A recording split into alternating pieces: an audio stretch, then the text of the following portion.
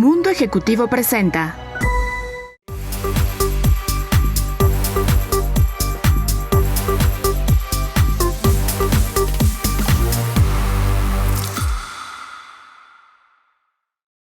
Hola amigos, hoy vamos a tener un programa muy interesante hablando de economía, viene la recesión, cómo va a estar la inflación, de política, las elecciones, la oposición, Morena, quién podrá quedar y con un gran invitado. Pero antes me voy a presentar, soy Francisco Rodríguez Aguirre, presidente de Smart Speakers, el principal buró de conferencistas, y me acompaña mi amigo Mauricio. ¿Qué tal, Paco? Pues sí. Como bien dices, Mauricio Reynoso, director general de la Asociación Mexicana en Dirección de Recursos Humanos, los saluda, y vaya líder de opinión que nos acompaña hoy. Pues voy a presentarlos. Él es Carlos Elizondo, él es profesor de la Escuela de Gobierno del Tecnológico de Monterrey, es maestro y doctor en Ciencia Política por la Universidad de Oxford, escribe semanalmente en El Reforma, conduce el programa Primer Círculo los lunes en ADN 40, y además fue director general del CIDE y embajador de México ante la OCDE. Carlos, ¿cómo va la economía internacional? ¿Qué tal? Gracias por la invitación a ambos. Mira, la economía internacional está en un momento de quiebre, no sabemos si el proceso de contención de la inflación que vimos el año pasado con la subida de las tasas de interés, que tuvo una serie de repercusiones en los mercados financieros y que empezó a temperar el crecimiento en los Estados Unidos, está entrando ya en su ciclo final o no. Esa es realmente la pregunta. Hemos vivido los últimos 12 meses con la sombra inflacionaria y con la sombra de la recesión. Sí. La segunda sombra no se ha materializado. Sí. La primera resultó mucho más complicada de lo que los economistas lo veían en el 21, que parecía que iba a ser un ciclo más corto. Transitoria, ¿no? Todo es transitorio, sí. pero más cortamente transitoria. Sí. La guerra, la invasión rusa a Ucrania, pues desquició esto, más probablemente una demanda muy fuerte, sobre todo en Estados Unidos y en Europa. Pero este año, para contestar tu pregunta, este año yo creo que deberíamos de ver un ciclo todavía más apretado que el 22 en materia de crecimiento, pero deberíamos estar ya saliendo del ciclo inflacionario y también saliendo del ciclo de tasas altas de interés, con una Europa menos comprometida y presionada a lo que se imaginaban los expertos por la subida de los precios de los energéticos en el invierno, y con una China que decidió salir del confinamiento, que está en la parte más dolorosa de muertes, enfermos, pero que deberá estar saliendo pronto, y con esta irrupción nuevamente de China en la economía mundial, debemos de ver cierto potencial de crecimiento. Interesante, si ver los pronósticos, la mitad del crecimiento esperado para el mundo el año en curso, ya el 23, se va a explicar por lo que se espera una fuerte recuperación en la India y en China. Comentas el tema inflacionario, que podemos empezar a ver la curva descendiendo, en fin. Particularmente me da la atención de los datos que he escuchado y que he leído es sobre la inflación en Estados Unidos. ¿Cuál es tu perspectiva respecto a los tiempos en Latinoamérica, México y Sudamérica, con las diferentes problemáticas de cada país? ¿Veremos la misma velocidad, más lento? ¿Cómo lo estamos viendo? Mira, en el caso de México, empecemos por el vecino, pues está muy influido por los Estados Unidos. Nuestro ciclo inflacionario se está pareciendo mucho al de Estados Unidos, aunque el de Estados Unidos está bajando más rápido que el nuestro. El nuestro ha sido en un contexto de menor crecimiento, entonces te habla de problemas de oferta, que aún con bajo crecimiento, fue muy bueno el del año pasado, 3%, pero sigue siendo una recuperación donde apenas llegamos ahora a los niveles que generamos de PIB al arranque de este sexenio. Entonces se ha perdido mucho, mientras que Estados Unidos está bastante por arriba del nivel de PIB que tenían en el 18. Entonces en México hay un problema de falta de inversión y de falta de crecimiento muy importante, que en el ciclo de subida de tasas de interés ha comprometido aún más la disponibilidad de la inversión. Entonces, pero a la pregunta de la inflación, deberíamos estar viendo una caída, quizá menos rápido de la que se esperaba en diciembre. Y la de Estados Unidos probablemente será un poco más rápida que la mexicana. El resto de América Latina, pues voy a pasar por los países más poblados. En el caso de Brasil, Brasil, de hecho, es la que primero tiene un ciclo a la alza, es donde el Banco Central reacciona más pronto y va adelantado en la caída de la inflación. Argentina pues, es un caso realmente pues, aparte, hay un desequilibrio macroeconómico histórico. El caso de Chile también hay una reacción bastante buena, al igual que en Colombia, se asemejan más a los ciclos del resto de los países, pero el mundo en general estaría esperando ese ciclo. Si eres un país muy vinculado a la economía mundial, te tendrás que parecer, idealmente, si estás manejando bien tu macro, a ese ciclo. Se ha estado hablando del fantasma, ¿no? Ahí viene la recesión, ahí viene, ¿no? Y pues no ha llegado, ¿no? ¿Tú crees que vaya a llegar? Y si se da, ¿qué tan profunda podrá ser? Sí, la buena noticia es que no ha llegado, ya que subrayarlo, porque este programa, al arranque del año pasado, pues la sombra de la recesión se veía muy oscura. Sí. ¿Y por qué no ha llegado? Quizá valdría la pena reflexionar un poco, porque es un ciclo bien extraño. Porque normalmente cuando empiezan a subir las tasas de interés en Estados Unidos, pues empieza a caer la actividad económica y empieza a caer tu trabajo, tu área. Sí. El desempleo empieza a subir, sí. Empieza a haber un exceso de gente sin trabajo y eso baja los precios de los salarios. Y hoy estamos en un ciclo económico en Estados Unidos muy raro, porque aunque la economía ya se ha desacelerado, claramente se ha desacelerado y probablemente seguirá desacelerándose un poco, pero el mercado de trabajo continúa muy robusto. Aunque oímos de los despidos de las grandes empresas de tecnología, el mercado de trabajo en su conjunto sigue estando más apretado que en el pasado, es decir, hay más demanda de trabajadores que oferta de trabajadores, ¿no? Y eso me gustaría entender cómo lo ves tú, Mauricio, porque creo que es una parte muy rara del ciclo. Por eso es que parecería que no vamos a llegar al tipo de recesión que normalmente se asocia con la subida de la tasa de interés. Entonces, yo no sé si vaya a haber recesión, es una cosa. Técnicamente estuvimos en recesión el primer semestre del año, ¿no? Porque son 2 trimestres juntos, sin crisis, pero no fue realmente algo que generara desempleo, que generara una serie de problemas asociados con la recesión. Entonces, lo que yo me imagino que veremos sería todavía una parte del ciclo de cierta desaceleración, y a la medida que van bajando las tasas de interés, que es lo que se espera, o que dejan de subir con la rapidez que están subiendo para después empezar a bajar, deberíamos de ver una recuperación para la segunda mitad del año. Gracias. Yo quiero aprovechar que estás con nosotros, Carlos, sobre todo para quienes son de mi generación. ¿Cuál es esa? De mi generación, no quiero es un chavito, un chavito. Pero yo recuerdo a mi papá y cómo sufría con crisis de fin de sexenio, ¿no? El tiempo está pasando demasiado rápido, los tiempos políticos vienen muy acelerados. ¿Cómo estás viendo el panorama en cuestión de una posible crisis como alguna vez vivimos en este país de finales de sexenio? Sí, hay que recordar a nuestro público que era eso, que también mi papá sufrió mucho con ellos. Sí. 76, una evaluación, así es, donde el peso pasa de 12 a 20, dura, pero más o menos rápida y manejable. López Portillo entra con enorme optimismo, los inversionistas se recupera, pero el cierre del sexenio 82 fue terrorífico. Defenderé el peso como perro. Eso dijo el presidente López Portillo el 5 de febrero del 82, y creo que fue el 17 de febrero cuando viene la evaluación, y el peso pues se dispara de 23 a 50, y para hacer la historia rápida, a finales del año 82 estaba 150 pesos por dólar. Sí. O sea, nadie que no sea de esa generación entiende lo que eso significa. Luego tuvimos la crisis del 88, la crisis de la bolsa en el 87, 88, y bueno, cuando llegaron los tecnócratas que sabían hacerla, todavía nos recetaron la devaluación del 94. Correcto. Entonces sí había una como maldición sexenal que se rompe en el 2000. Y desde el 2000 no hemos tenido crisis de fin de sexenio.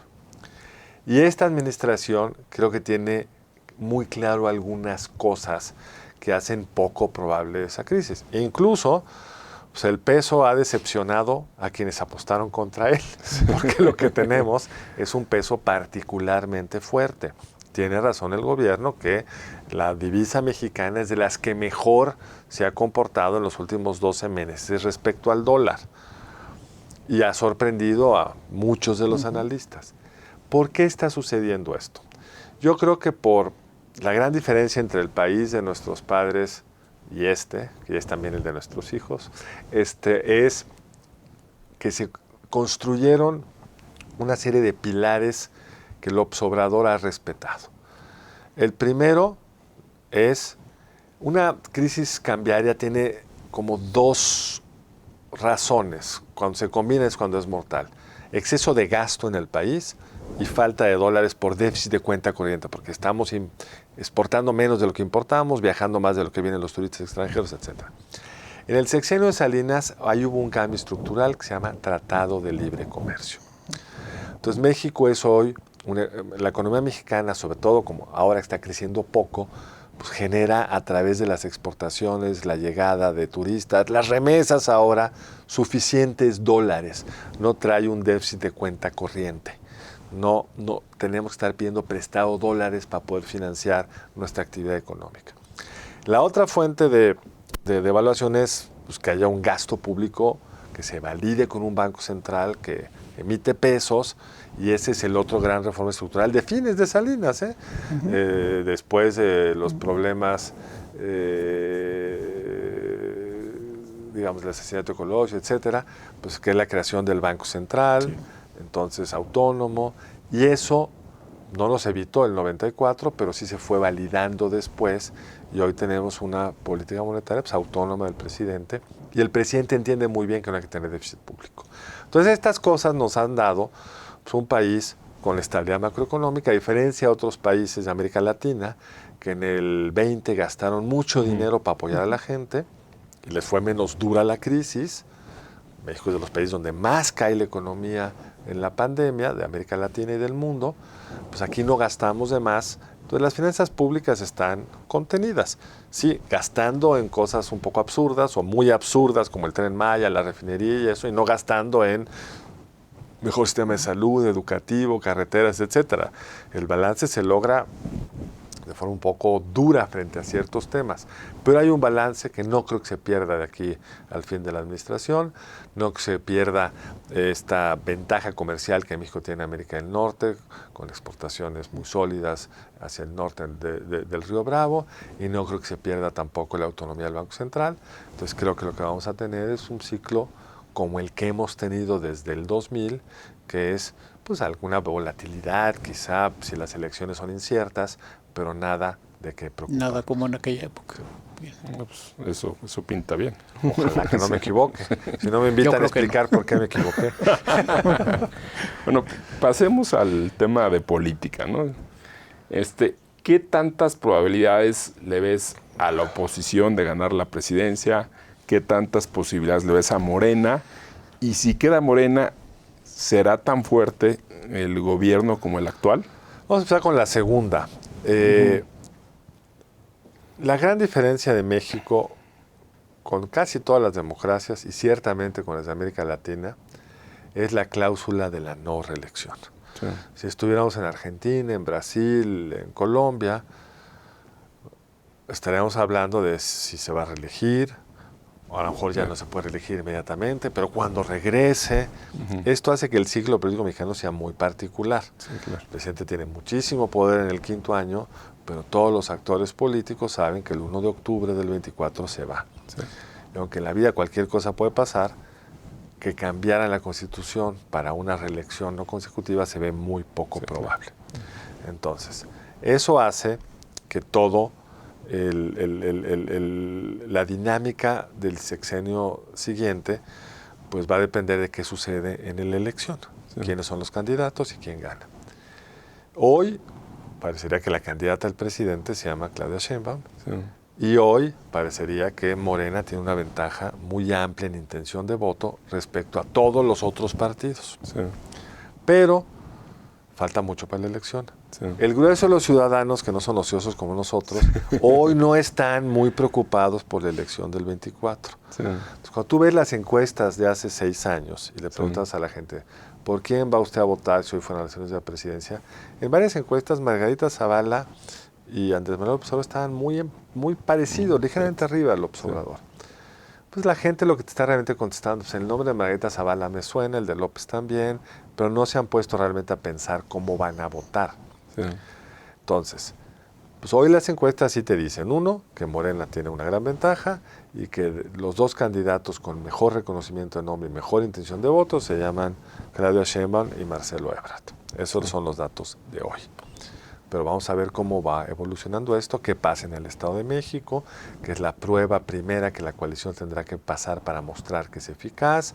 Si les va bien, ganando o perdiendo por poco, pues se podrá validar algún mecanismo para selección de un candidato que idealmente sea suficientemente democrático como para que incorpore el interés de la gente. Eso nos podría llevar a un 24 competitivo. Y está otro tema en juego bien importante, que es el famoso plan B del presidente. Sí. O sea, esa reforma electoral que ya pasó en la Cámara de Diputados, que estará por pasar en el Senado, destruye las capacidades del INE para llevar de forma correcta el proceso electoral. Incrementa de forma muy significativa la incertidumbre en el proceso. Hace mucho menos creíble el resultado en caso de un desenlace cerrado. Entonces, yo creo que es probable que la Suprema Corte declare inconstitucional algunos de los cambios más importantes de esta ley y que por lo tanto tengamos elecciones en el 24, pues con los instrumentos institucionales que hemos construido en los últimos 30 años. Sí. Pero no se puede descartar que algo pase, que aprueben muy tarde en el Senado esta reforma, que no dé tiempo para analizarla, porque no puede haber cambios a la estructura legal electoral después del 1 de junio. Entonces ahí hay un gran signo de interrogación. Pues vaya escenario, ¿no, mi querido Paco? Nos queda un minuto, Carlos, y no quisiéramos despedirnos sin que nos digas cuál o cuáles son las oportunidades que tenemos como país, como sociedad. ¿Qué es a lo que tú le apostarías? Mira, ese hoy? es lo que es increíble, qué bueno que lo preguntes, Mauricio. Gigantescas. Es el famoso nearshoring, el tema de que el mundo se está desacoplando un poco en materia de comercio, y que México pues, está junto a Estados Unidos quiere tener cerca una serie de insumos, el hecho que en Estados Unidos hay poca disponibilidad de gente, abre hoy una oportunidad increíble en México para la inversión industrial, manufacturera y pues, todos los servicios conexos. El reto mayor es que no hay electricidad suficiente. La oportunidad mayor que tendrá el siguiente presidente sería quitar ese obstáculo autoimpuesto absurdo que nos hemos puesto y con ello pues poder detonar una inversión manufacturera que ya estamos viendo en varias ciudades del país. Sí. Desde la capital pues lo vemos todo con el smog capitalino, pero pues Monterrey, Tijuana están viviendo un boom y ese boom se explica por eso y eso genera oportunidades que todos los que se dedican a invertir tendrán que estar evaluando en qué momento podría ser interesante entrar. Y un empleo mucho mejor pagado, ¿no? Y empleos que en general tienden a ser mejor pagados. Ahí la política del presidente López Obrador ha ayudado a tener salarios un poco mejores. Pero en fin, creo que se nos acabó el tiempo, pero regreso el día que quieran para hablar de esto. Va, que quede el compromiso, ¿no, Paco? Sí, me encantó, el programa, lo explicas todo muy bien. Muchas gracias, Paco, y gracias por la invitación. No, pues mil gracias, Carlos, Mauricio. Gracias. Amigos, Gracias, Carlos. Los vemos hasta la próxima en una edición más de 18 minutos. Hasta luego.